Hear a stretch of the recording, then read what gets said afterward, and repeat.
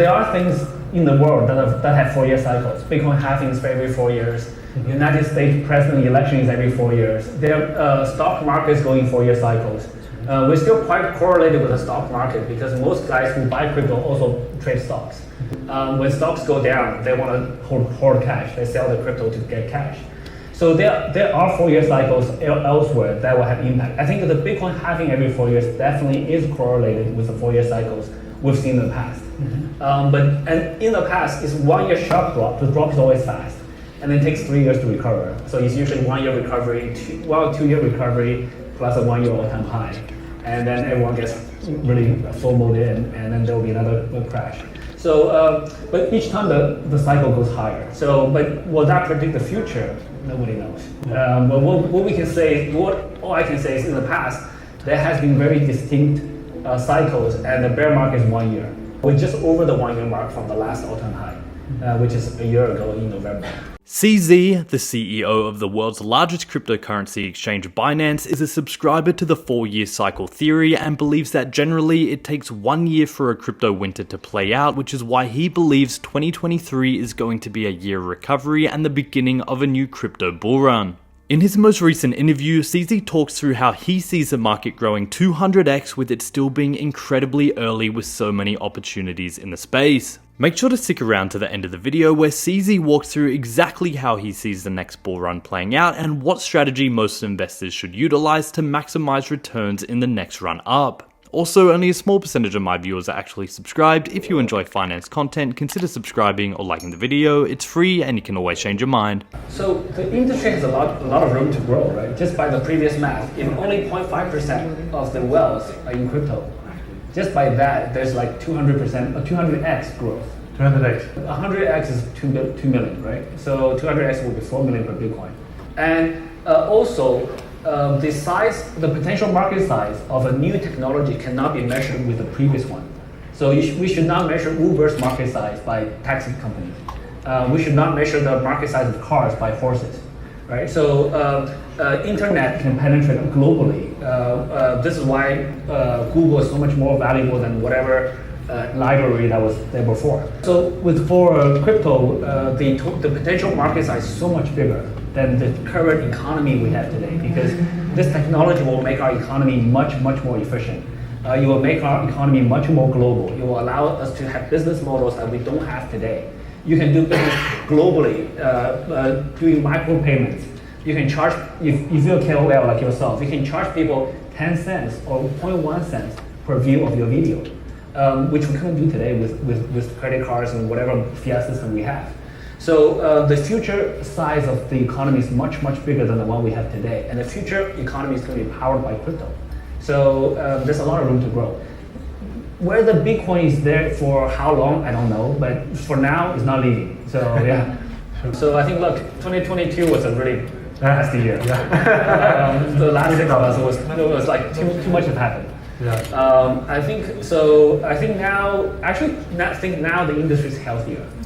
A year ago, when everyone's trying to FOMO in, that was not healthy. A year ago, any crypto projects were like any new startup without product and a white paper, they valued 100 million. That's not normal. Yeah. And when we look at projects to invest a year ago, we couldn't find anything we could invest. The valuations are too high.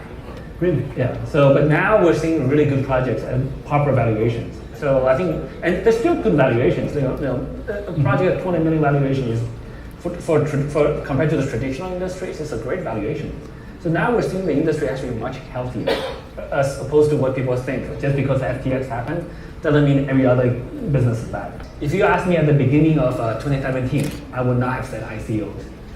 If you asked me at the beginning of 2020, I would not have said DeFi. Yeah. Beginning of 2021, I would not have said NFTs. Or Shiba or Doge.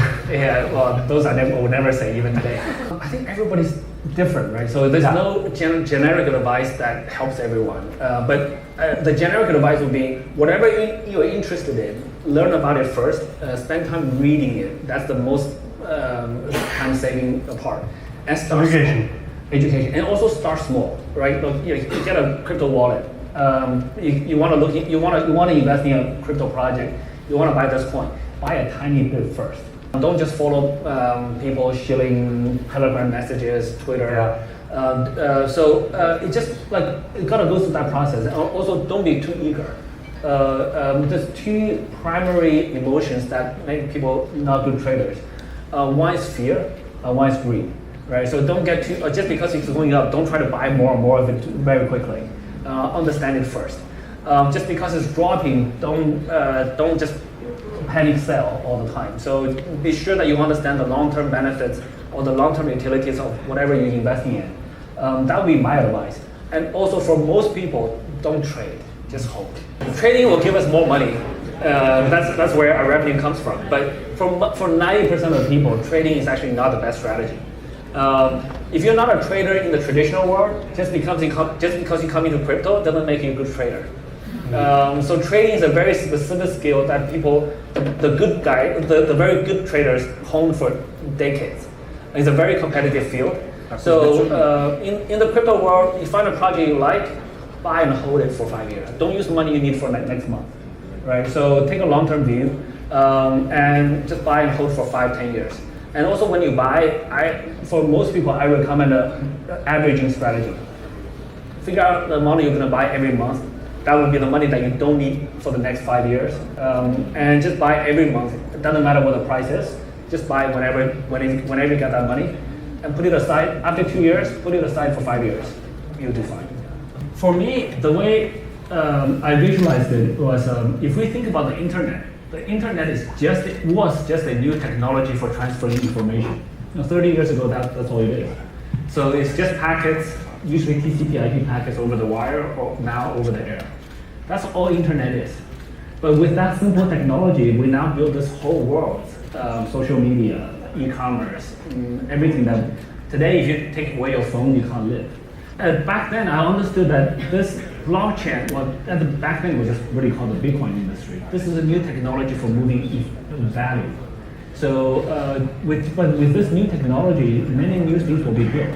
So it's not so much about any particular coin. It's not about Bitcoin. Back then there was many other coins as well. But it was the new technology, right? So this technology is a new technology for money. If internet was a new technology for information, this is a new technology for money.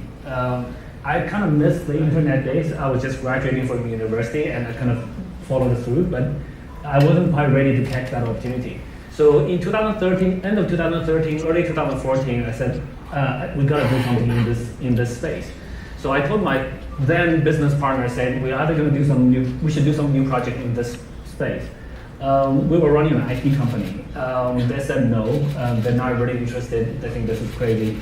So I quit my job, sold my house, bought Bitcoin, and started looking for a new job. I think today, there's two numbers which I usually track. One is like how many people have some kind of crypto. So if you grab, I think that's around 3 to 5%. So that means if you grab 100 random guys, not guys in this room, regular guys off the street, maybe 3 to 5 of them have some kind of crypto. But the second number is out of those guys who have crypto, how much of their net worth is in crypto? Probably less than 10% on average. So if we talk about adoption, we're still probably like 0.5% in terms of total net worth in crypto. Yeah. 1% is usually the half mark. Adoption usually grows exponentially. So at 1%, the next year is 2%, the next year 4, 8, 16, 32, 64. So it takes about 7 years after that to get full adoption. If we're 7 years from now. 7 doubles. If it doubles every year, then it'll only take 7 years. But it may take longer than 7 each year to double, 1 year to double. While this technology is very attractive, the disruption power is so high, we also have a lot of resistance. If we're at 0.5% adoption rate, why do we fight for market share in this 0.5%? Why don't we grow this 0.5% to 50%? Then everybody grows 100x. Today, we already one of the larger players in the industry. If we take market share away from FTX, it doesn't move the needle for us. It's like 1 or 2% growth for us. Yeah. Whereas if we grow the market from 0.5% adoption to 50% adoption, we would grow 100x. That's much more meaningful. In an unsaturated market, the market is very far from saturated. It's not like toothpaste where everyone already have it. It's somebody wins, somebody else have to lose. we're in an unsaturated, unexplored market. We got to grow the market. And the best way to grow the market is to have more industry players. The more exchanges there are, the faster the industry will grow. If there are 20 other exchanges in Greece, the Greece market will be bigger. So we can only grow so much of the market. Having more players will grow the market more. And then once we saturate the market, we talk about competition. Today, we don't need to worry about that.